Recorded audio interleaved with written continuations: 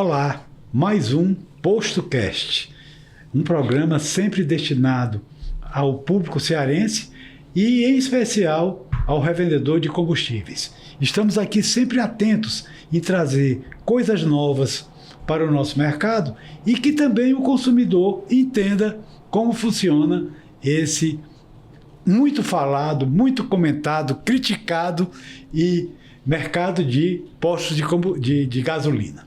Hoje nós temos o prazer, a alegria e a satisfação de receber uma figura carismática, bonita, sempre risonha e que tem uma inteligência muito interessante porque ela consegue fazer um trabalho bem diferenciado para o nosso sindicato e hoje ela está atuando em dois campos. Na nossa palavra de hoje, nós vamos falar de um lado da Ana Carolina Bandeira. Nós vamos falar sobre o seu lado de advogada trabalhista. E eu gosto sempre de dizer que a Carol é uma cria dessa casa. Ela chegou aqui menininha, eu acho que já faz uns 45 anos, né, Carol? Quase. Tô brincando, a Carol tem já uns 10 anos de casa, 15. né? 15 anos de casa. Ela não aparenta a idade que tem, mas ela não tem... Comecei como tá muito longe. Aprendiz. Ela é uma pessoa nova ainda, embora já mãe do Caio, casada com o Marquinhos. O Marquinhos, marido dela, é secretário de Meio Ambiente na cidade de Maranguape. E ela... A Carol é advogada, chegou aqui como estagiária aprendiz, ainda na década de 2000, não é isso? Foi. 2009. 2009, trabalha conosco desde esse tempo e conhece profundamente direito trabalhista. Por isso, Carol, nós vamos falar sobre esse assunto. Me diz aí o teu começo, a tua família, onde tu estudou, o que é que você é formado, seus títulos, o que é que Primeiro, queria fazer só uma ressalva, porque você falou da minha inteligência, mas você sempre fala que você sabe mais do que eu no direito. Então eu tenho que fazer essa ressalva. Ela quer brincar comigo. Na realidade, eu tenho certeza que sei mais do que ela, mas não sei não, viu? É só ela realmente na área trabalhista, eu tenho que me consultar com a Carol. Vamos. Mas assim, falando um pouco de mim, né, apesar da introdução aí já bem abrangente, eu cheguei no sindicato em 2009 como estagiária. Vim através do nosso saudoso ex-presidente Guilherme Meirelles. De saudosa memória, Guilherme marcou o nosso sindicato, né, Carol? Marcou a minha vida e marcou o sindicato. E foi ele que me apresentou essa parcela de empresários que eu não conhecia. Foi um mundo completamente novo que me foi apresentado, em especial pela doutora Samara, que é a nossa advogada mestre aqui do sindicato. A decana. Cuidado, ela vai ouvir. E aí, a partir daí... fiquei como estagiária 1 período, 2 períodos, me formei aqui, fiz minha OAB aqui, fiz a minha... Foi homenageada aqui na sua formatura. Tudo, fiz a minha... Casou aqui. Eu falo que o sindicato ali fez parte da minha vida, ele faz parte de várias etapas do meu crescimento, né? Ele teve comigo na faculdade, teve comigo nas minhas primeiras questões profissionais de pós-graduação. Ele me levou a buscar o direito do trabalho, porque antes eu tinha outros pensamentos, eu queria ser advogada de família, enfim, outras áreas, e ele me enveredou ao direito do trabalho. Fiz minha conclusão de curso dentro de pós-combustíveis, com temas também relacionados a pós-combustíveis. Me casei, fui mãe, né? E continuei aqui na casa. E hoje, especificamente, a gente atua, né? Eu e Samara no jurídico, mas a gente tem essa divisão em que o trabalhista, eu atuo no trabalhista, ela atua nas questões administrativas. E basicamente aqui para o sindicato é isso, né? Carol, mas conta onde é que você enfatiza os seus estudos pós a graduação.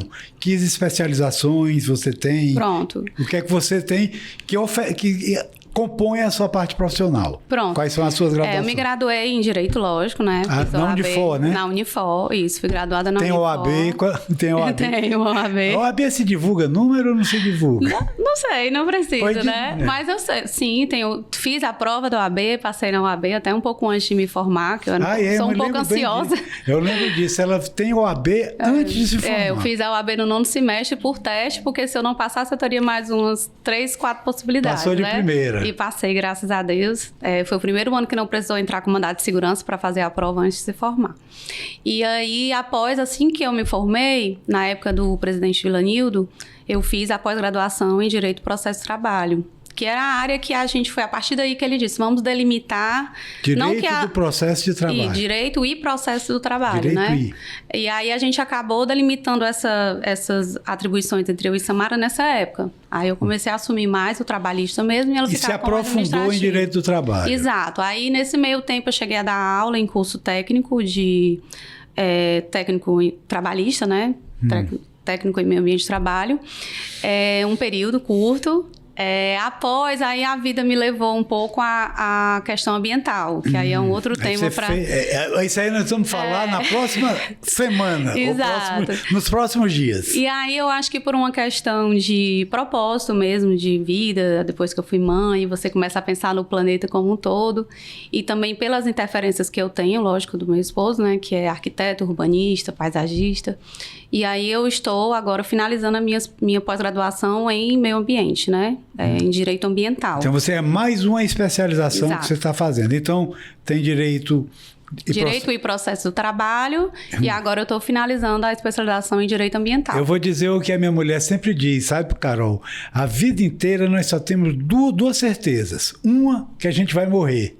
E a outra, que vai estudar todo o tempo. Pronto, então, exatamente. A Carol vem estudando desde que chegou aqui há 14 anos. Não para. E assim, além da questão do meu... Aí eu já estou enveredando agora, eu nem terminei e já estou querendo fazer uma capacitação em crédito de carbono, que também é dentro da questão do direito ambiental. Que é dentro da área ambiental. E na verdade as duas áreas, elas me remetem muito a pós-combustíveis, né? Porque a experiência que você acaba tendo nesses anos de postos, que é uma atividade muito fiscalizada, acaba levando as duas coisas, né? Fala um pouco, Carol, em questão trabalhista, que hoje nós vamos ficar nessa área trabalhista e, pessoal, já estou anunciando, o próximo ela vai falar sobre ambiental. Então, me diz o seguinte, é uma curiosidade, qual é o principal problema trabalhista que você enfrenta com o associado do Sindipostos? Pronto. Antônio José, eu tive 2 momentos no sindicato. Eu acho que a gente veio de um amadurecimento meu e da revenda. Assim que a gente iniciou as ações trabalhistas, eu comecei a acompanhar desde o estágio, né, que eu tinha a carteira de estagiária da OAB, e eu já acompanhava a Samara em algumas audiências, a gente tinha uma pouca organização dos documentos trabalhistas dos postos. Então, a gente tinha muita ação de hora extra. E eram ações que a gente não tinha como ganhar, porque realmente as empresas não tinham esse entendimento que o empresário tem que ter documento, né? Enquanto a parte não havia profissionalização na área trabalhista do empresário. Exato. E aí nos deixava de mãos atadas, porque a partir do momento que a empresa tem a obrigação de ter o documento e não tem, a gente não tem o que fazer. Então, a gente tinha muitos acordos, porque era a melhor saída, né, na época. A partir daí, a gente foi evoluindo. Então, eu tenho empresas que elas tinham vários processos trabalhistas que hoje eu tenho anos que eu não tenho nenhum. Então, aí, Carol, é um trabalho que você deve até ficar feliz de ter feito. Isso. Você profissionalizou o empresário do setor de combustíveis. A gente ensinou a ele trabalhar com riscos antes deles acontecerem, né? Então, assim, a partir do momento que a gente tem Seria uma consultoria... o direito preventivo. Exato. A gente chama na saúde profilaxia, né? Se não me engano. Isso. Então, e medicina preventiva também. Exato. Então, é o direito. Então, em vez de você esperar que aconteça o pior, por que não prevenir para não ter? Né? Então, assim, eu acho que foi um amadurecimento profissional que eu tive junto aos postos. Muitas empresas se entraram nessa conscientização. Hoje eu recebo audiências, eu não tenho tantas, mas ligações são então muitas. Você hoje, além de advogada na área trabalhista, você é uma consultora na área trabalhista. Isso, porque na verdade o direito do trabalho, ele também traz esse compliance, essa consultoria que a gente dá preventiva, né? Então, a partir do momento que você tem um problema com o trabalhador, você não age sozinho, liga para o sindicato, é associado, a gente conversa, orienta, e a partir daí a gente começou até a própria empresa entrar com as ações. Nós temos ações consignatórias, que antigamente era bem complicado, as empresas não ingressavam e ficavam em mora, em débito, né, com esses trabalhadores. Hoje a gente orienta como ele proceder para as questões de advertência, suspensões, como é que ele consegue aplicar uma justa causa e ela realmente ser válida. Ou quando não é legal ele aplicar uma justa causa porque ele não tem esse embasamento. Muitas vezes o empreendedor, ele age pelo impulso, pela chateação do momento. E aí, quando a gente conversa... Falta o sangue frio que a gente tem que ter nesses momentos. Isso, que o advogado vem já nessa mediação para tirar a parte emocional e trazer a parte técnica, né? Então, assim, a gente tem... Hoje em dia, várias improcedências de processos que realmente as empresas estão ali comprovando que pagaram tudo, que não devem nada. Então, eu vejo a minha caminhada no sindicato com essa palavra, eu acho que seria amadurecimento. Pessoal e profissional. Deixa eu te perguntar, é uma curiosidade que a gente só ouve por aí, e eu queria a sua opinião. A Justiça do Trabalho dá sempre em favor do empregado, isso é verdade? Não. Isso é um mito. Mito ou verdade, né? Na verdade, existe um pré-conceito de que a Justiça do Trabalho, porque ela é uma justiça realmente do hipossuficiente. Assim como no direito do consumidor, que o consumidor sempre é visto como o hipossuficiente, como a parte mais frágil da relação, na Justiça do Trabalho também existe isso. Então, existe esse pensamento de que ela sempre dá tudo para o trabalhador. Mas, a partir do momento que a empresa trabalha de forma organizada, com documentos, com recibos... E correta, acima de tudo. Exato, que realmente paga o que é devido, a gente consegue comprovar muitas vezes, e aí eu tenho experiências de vários associados em que a gente conseguiu trazer improcedências totais de ações, porque eles se organizaram e nos trouxeram o armamento para que isso fosse possível, né? Porque a gente não faz milagre, mas com a documentação correta, a gente consegue sim ter improcedência. Então, acho que esse trabalho ela não é sempre do trabalhador, né? Mas que as empresas organizadas e que trabalham corretamente, elas têm chance sim de ter Você êxito. tem exemplos de que o empresário chega crente que vai perder e você consegue reverter durante o processo? Sim. No processo de trabalho, a gente tem uma questão chamada ônus da prova, que é quem deve dar a prova, quem deve provar. Né? Então, se eu tenho empresas, por exemplo, que tem menos de 20 empregados, que hoje é 20, não é mais 10, eles não têm a obrigação de controle de ponto. Tá? Mas se o empresário faz o controle de ponto, um controle de ponto que não é britânico, porque ninguém chega a 8, a gente chega a 8,2, 8,5. Aquela empresa que todo mundo chegou às 8, tem alguma coisa errada. Né? Hoje eu tive uma audiência em que eu não utilizei o controle de ponto porque ele era britânico e existe uma súmula do Tribunal Superior que diz que ela não é válida. Então, assim, se você tem a sua documentação correta, se você... eu consigo improcedências... com relação, mas as empresas com os documentos corretos. Você como a representante, isso, né? A gente Aliás, consegue... a palavra não é representante, você é a... patrona da ação. Patrona da ação. Então, assim, com as documentações corretas, nós, né, eu e a empresa, a gente acaba conseguindo esses êxitos, porque comprova que o trabalhador está ali, muitas vezes, aventurando, ele pede verbas que não era devida. Se eu tenho documentos, se eu tenho assinaturas, eu consigo provar. Tem um trabalhador que pede, por exemplo, horas extras, mas ele tem provas testemunhais, que também é importante, que as empresas sempre tenham essas provas testemunhais. Eu tenho vídeos, eu tenho empresas que colocam, geralmente, vídeos em ambientes de refeitórios, que a gente consegue provar que aquele trabalhador que diz que não sentava nunca, que comia na pista, ele está ali muito bem sentado, se alimentando, né? Então, assim, a partir do momento que a gente trabalha com provas realmente construídas no decorrer daquele contrato de trabalho, a gente consegue, sim, ter improcedências. Sem citar nomes de empresas, mas você já me contou de casos de 170 mil virar praticamente zero até... Não, a gente tem uma ação aqui que a gente até falou uma vez numa reunião de diretoria, que era um caso pedir horas extras e reconhecimento de vínculo. E era uma ação de mais de 100 mil, né? E a gente conseguiu mais de 100 mil reais, 100 mil reais. Isso. Total improcedência. E lembra que o salário mínimo não é nem 2 mil. Não. Então, foi total improcedência na primeira instância. Na segunda instância, o trabalhador tentou subir para o tribunal, agravou, etc. A gente tem conseguido êxito em todas, tá? Assim como, vamos dar exemplos aqui, de manutenção de justa causa. eu já tive um caso de um trabalhador, era um valor pequeno, que às vezes a empresa acha que é pouco. Nesse caso específico, a gente aplicou uma justa causa. Eu tinha um vídeo de uma trabalhadora que subtraiu 2 potes de sorvete da loja de conveniência. E aí tinha um vídeo, tava claro não tinha o que ser discutido. E aí a empresa ficou meio, não sei se eu boto, enfim, mas ela tinha um histórico já desidioso na empresa, que é importante você dizer assim, doutora, porque ela tem várias advertências, eu disse, cadê o documento? Não, é verbal, não adianta. Mas se eu documente, a advertência é algo que eu consigo provar, documentar. Chegou atrasado, saiu mais cedo, desacatou algum tipo de ordem, enfim.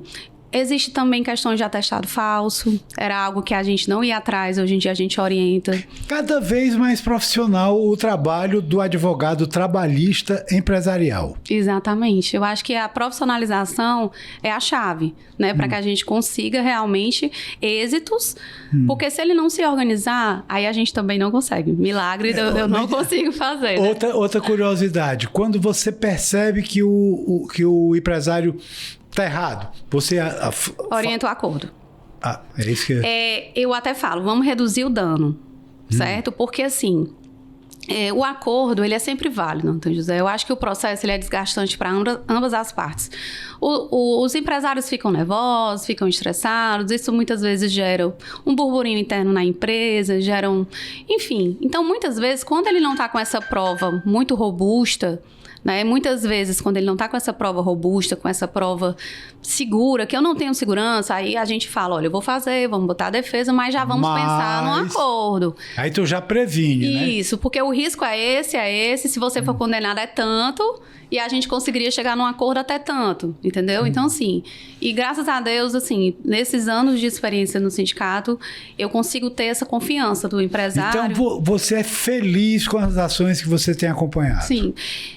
Eu sou tão feliz que eu tenho meio que um filho, assim, sabe? Cada sentença, cada ação, eu me dedico ao ponto de que realmente eu tomo pra mim esse tipo. Eu acho que não é uma característica minha, é uma característica realmente, assim, que eu aprendi muito com a Samara, ela vive muito o sindicato, e isso me trouxe, eu acho que, né, eu fui uma cria dessa percepção, né? Então, assim, cada ação trabalhista pra mim é importante, independente do valor. É um filho, né?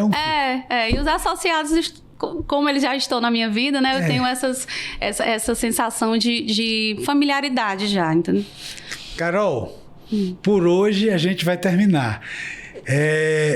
Eu acho que vocês estão conhecendo uma profissional que vocês só veem o lado do papel, a ligação do telefone. Agora vocês estão vendo a pessoa que é a Carol. Qual a mensagem que você daria para o revendedor? Fale para o revendedor. Primeiramente, dizer a vocês que é muito gratificante a gente conseguir mostrar a versão de vocês da história, né? Que o revendedor, como o Antônio José iniciou a fala, é sempre visto muito mal visto pela sociedade. E vocês são empresários, vocês geram empregos, vocês recolhem impostos e estão contribuindo, às vezes, muito mais, tão quanto, né? E eu tenho muitos exemplos de grandes empresários que são muito humanos e que muitas vezes fornecem muito mais do que está ali no papel, né? Exatamente. Dado. Então, assim, não tenham medo da Justiça do Trabalho, né? Procurem sempre informação, o sindicato estará sempre de portas abertas, o jurídico, para orientar no que vocês precisarem, né? E trabalhando corretamente, vocês conseguem sim êxitos nas ações trabalhistas e conseguem ter uma boa relação também com o seu colaborador, que é quem está na linha de frente com o cliente. Muito obrigado, Carol. Obrigada. Você falou a verdade do setor, muito bonito que ela falou. E quero convidá-lo para a próxima palestra, o próximo bate-papo, o próximo PostoCast que nós teremos com a Carol. Iremos falar do outro lado da doutora Carolina Bandeira.